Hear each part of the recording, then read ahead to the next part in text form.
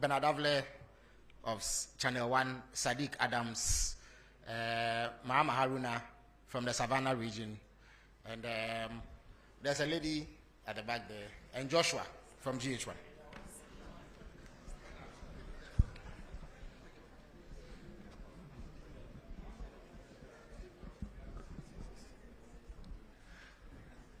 Thank you, Felix.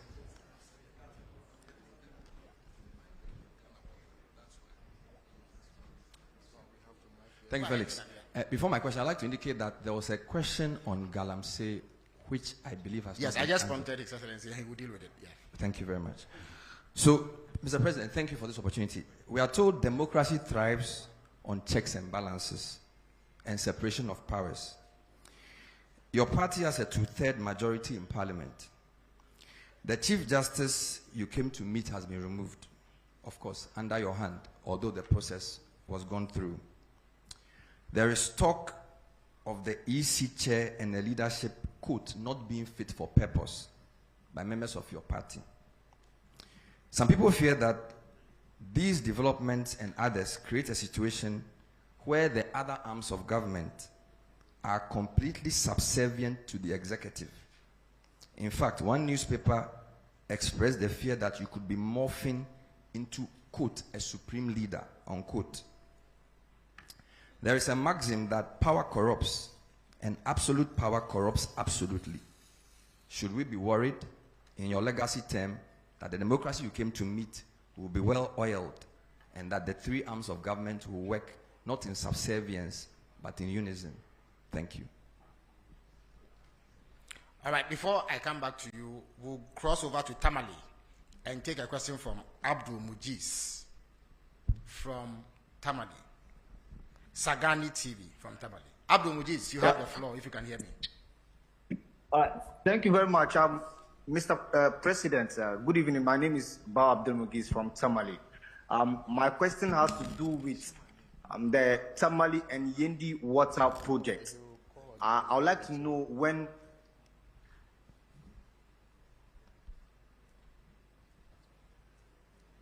Well, we seem to have lost Abdul, but I think I can continue for him. He would like to know when the Tamale and Yendi water projects will be executed.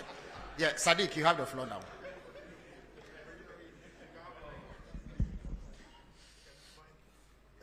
Good evening, Mr. President, and thank you very much for this opportunity. My name is Sadiq Adams from Angel TV and Angel Radio. Mr. President, the question is on national unity and peace. There has been a recent spate in social media accounts created by unidentified people purported to be representing ethnic and tribal groups. We have seen some vile attacks, pockets of that on social media, TikTok, and some of them in real life. There has been a number of them, and we observe over 50 that has been set up particularly to attack and inflame ethnic passion and tribal issues.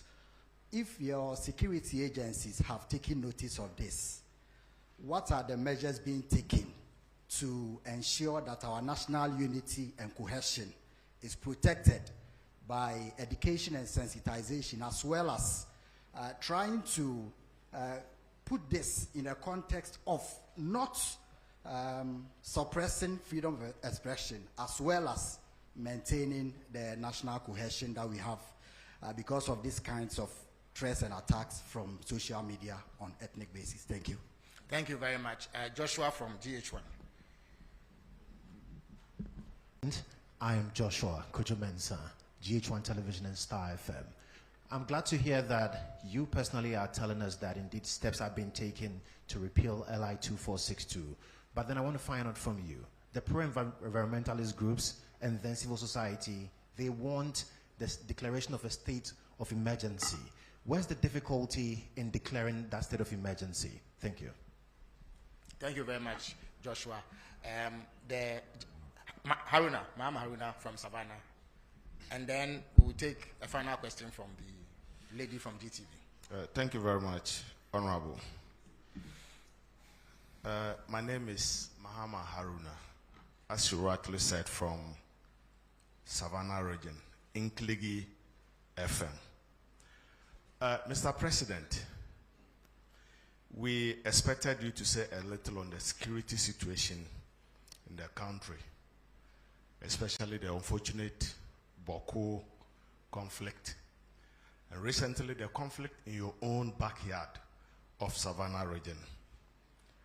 I know how uncomfortable you are with the conflict in your backyard between Gonjas, who are the landlords, and the Brefors, who are the settlers. They've coexisted for about 100 years until recently. I know you are more worried because almost everyone in your backyard, Gonjas, Brefors, will always vote for you massively, sometimes almost 100%. Now, since 1996, when you contested your first elections, first of all, I just arrived from Bole, where you hail from. And I can say that the people are not happy with the curfew imposed on them. Especially in the beginning, people were dragged from their rooms and beaten. There's evidence to that. Now, let me go to my question. You may want to wrap up. No, yeah, I'll wrap up. Mr. President, you've put in place, the Minister of Interior has put in place a mediation committee. Do you think it can resolve the problem? Because some are saying there should have been a reconciliation committee. Moreover, the people are saying since the conflict erupted, they've not heard from you. So what do you have to tell your people? Thank you very much. Thank you very much. So the final question will come from the lady from GTV. Good evening, Your Excellency. Thanks for the opportunity. I'm Salamat Kukwa Pinto. I'm with the Despite Media. Yeah, pardon me, Despite Media, yes. Yes, yes, thank you. I wanted to hear something from the creative arts industry when you made your presentation, but I didn't hear anything. The question is that you have shown how you want to bridge the unemployment gap, but I want to find out that how do you intend, or can you tell us what plans you have in using the creative arts sector to solve the high unemployment? And also, please, I would like to hear what is happening with the Black Star experience. Thank you. Thank you very much. So His Excellency will now answer these questions.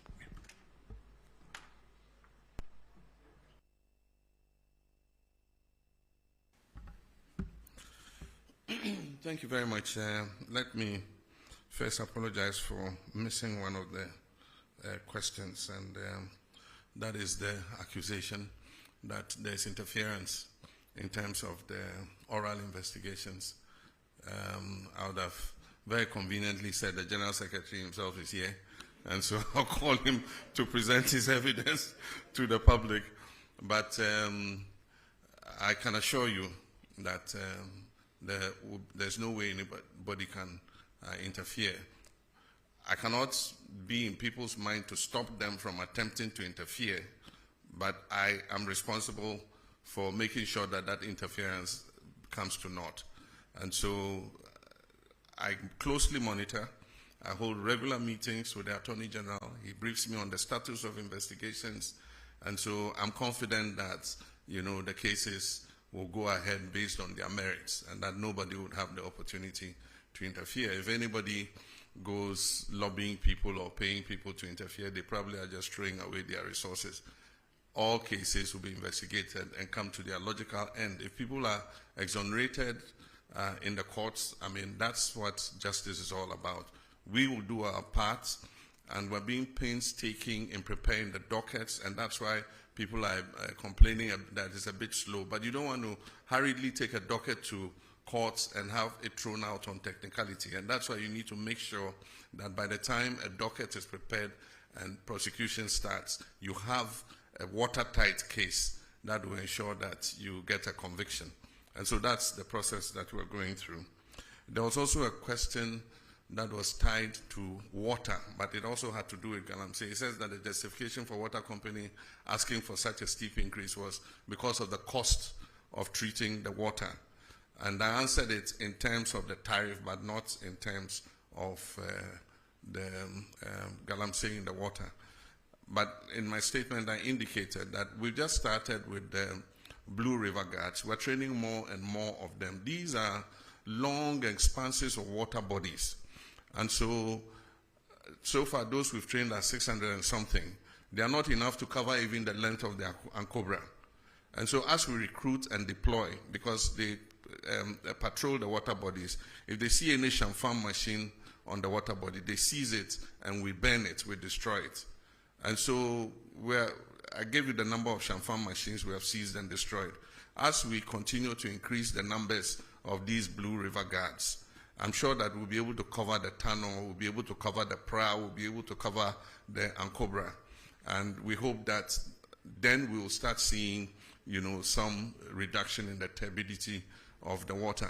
But even more than those on the water bodies, the destruction is the forest reserves. Because the rivers take their catchment areas from the water reserve. So if you destroy, from the forest reserve, if you destroy the forest reserve, the river or the stream will dry up. Because where it takes its water source will no longer exist. And so that's why at the beginning of the struggle I said our focus is going to be on the water bodies and the forest reserves. And then we can stretch out to other areas. So as we train more Blue River Water Guards, we would see an improvement in the turbidity levels of the waters. Bernard said I'm in danger of becoming a supreme leader. Look in my face, do I look like a supreme leader? And that is to paraphrase Prof. Star. Atta Mills, do I look like a cat hunter? Do I look like a supreme leader? I'm a Democrat true and true.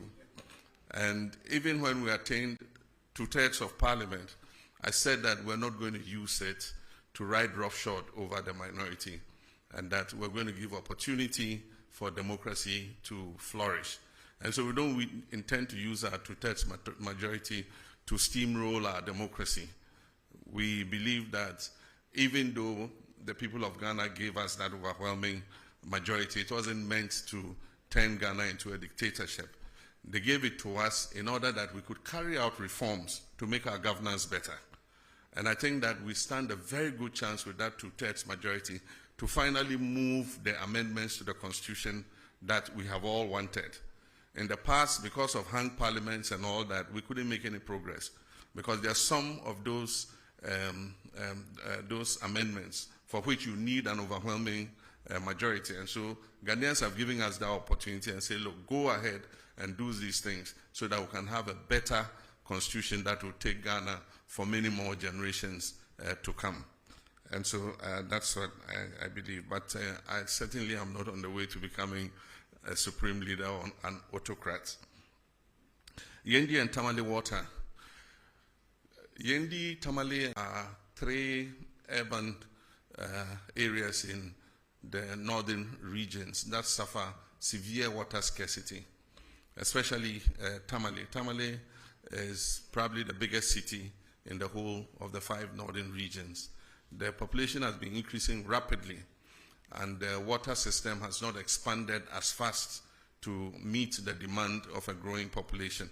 And so we have to urgently expand Tamale, Yendi, and Damango has become a regional capital. It has started growing very fast, and it faces a scarcity of water. The Tamale and Damango water systems are under an EU program, and recently when I went to Brussels, it's one of the things we discussed. There's funding available for those 2 water systems. And so because we have a cap on our credit, external credit, of $250 million a year, we have to find space within that to be able to accommodate Tamale and Damango water. But I want to assure you that they are priority projects for government, and we definitely would fund them and make sure that before we leave office, Tamale and Damango get sufficient water for those cities to thrive. With Yendi, we are placing Yendi under the Big Push program. And so we're going to fund it with our oil and gold revenues and establish an expanded water treatment system for Yendi. The budget statement is going to be read in November. And in the budget statement, details of these projects will be included in the budget. The last time the GJA came to me, I mentioned to them that as the world changes and new technologies come, we're moving from not having just the traditional media into having what we call the new media. These are all the new social media instruments like TikTok, like Facebook, like X, and all of them.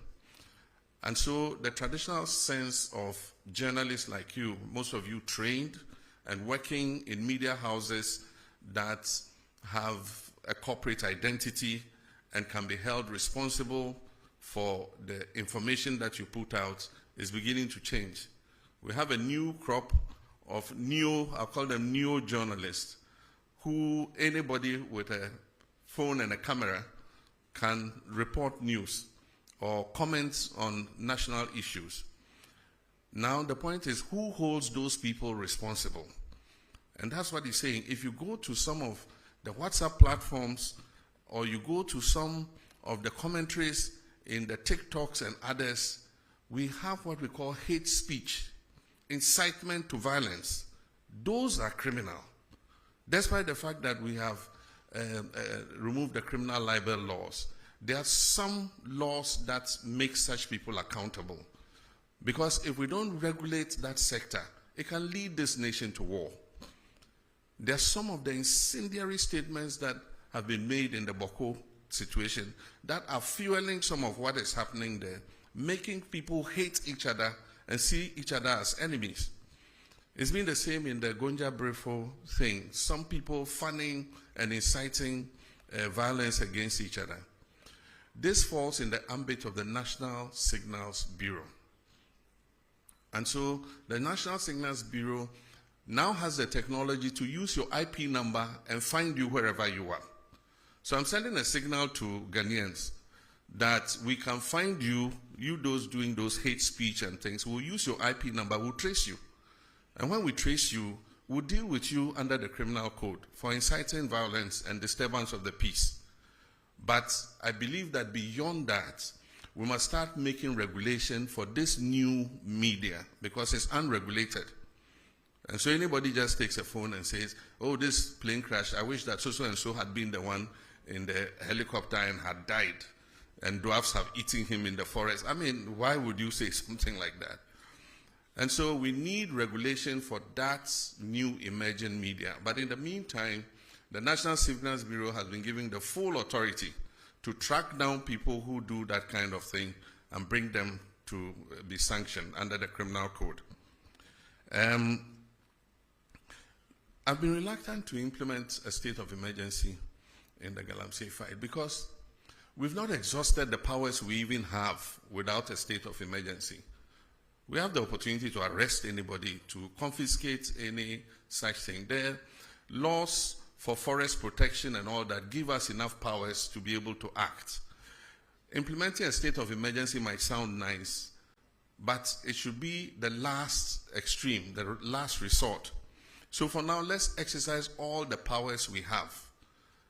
And if it becomes necessary for a state of emergency, then we'll look at it. It means we have to go to Parliament.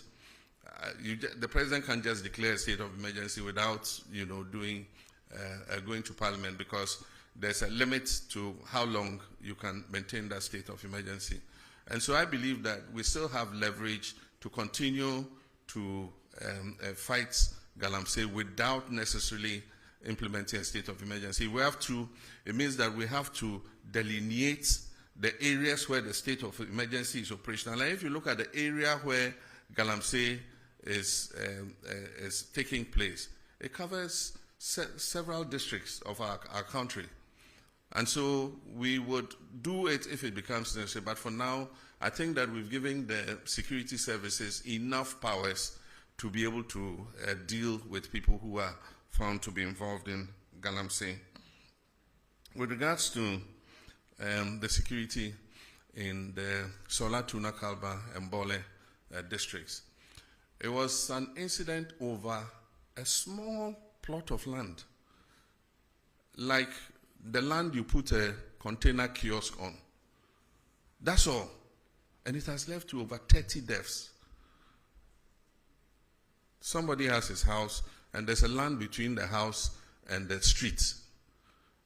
And he wants to build shops on that land. And then there's a dispute with the chief. And then it leads to gunfire and then deaths. It's most unfortunate, like the questioner said, these are two groups that have lived in peace for so many years and are intermarried. There are people from one side who are married to their others, people from one side that are married to others. I, for instance, am such a mixture of people, I don't know who I am. Part of me is Vagla, part is Safalba, part is Gonja. I mean, quarter of everything.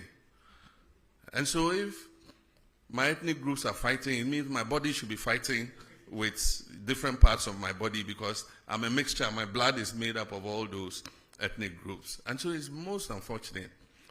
And so we've put in a mediation team. We mentioned the members. The 2 MPs are supposed to be ex-official members to work with the mediation team. If you look at the terms of reference in the mediation team, there's also reconciliation. And so even though we call it a mediation team, its terms of reference includes reconciliation. So we've given them the full authority to meet both sides, to perform purification rites, to cleanse the land of any blood that has been spilled and all that, and then to come out with recommendations how to improve relations between the 2 groups so that they live in peace.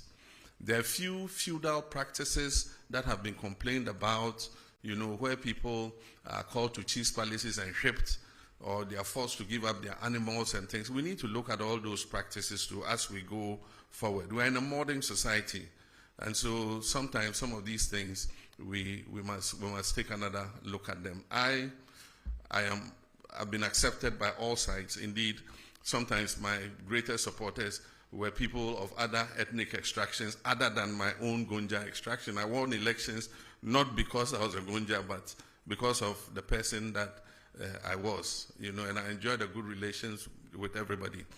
And so even though I haven't visited yet, I have not gone there yet because I want peace to have a chance, but I've been pulling the strings. I sent a delegation to the Yegbonra to prevent him from leaving Damango and going to Biniri, which would have escalated the conflict. And he listened to me as a father, and he refused to go. I stopped the Bolera too from going there. We gave the chiefs an escort to go and see the place where the incident happened. And I think that that has lessened tensions. As I speak, we've given the security services the authority and the resources to begin to bring some of the displaced people back to their communities. And so we're going to work hard to make sure that we bring peace to Gonjaland. We need peace to develop. Our common enemy is poverty, it's not each other. Savannah is one of the poorest regions in the country, and so we must rather be fighting poverty rather than fighting each other. And the last one, the creative arts. The creative arts is one of the important sectors. What we notice is that the creative industry creates jobs faster than the traditional sectors that we have known. By the time or manufacturing creates one job, the creative sector, digitalization, knowledge industry, arts and things would have created about 5 jobs. And so that's an area in which we have to continue to invest. And that is why we created them as a ministry together with tourism. The Black Star experience will take off. They've been working on all the foundational issues, and you'll soon see a sign of it. In the next budget, we're going to make some allocation for the creative arts, for the film fund, and to support Kumawood and all the filmmakers, to support the music industry, to support the arts and all that. We need to put our money where our mouths are. And I think that the creative arts are a good representation of our culture and who we are as a people. Thank you. Excellency. Unfortunately, due to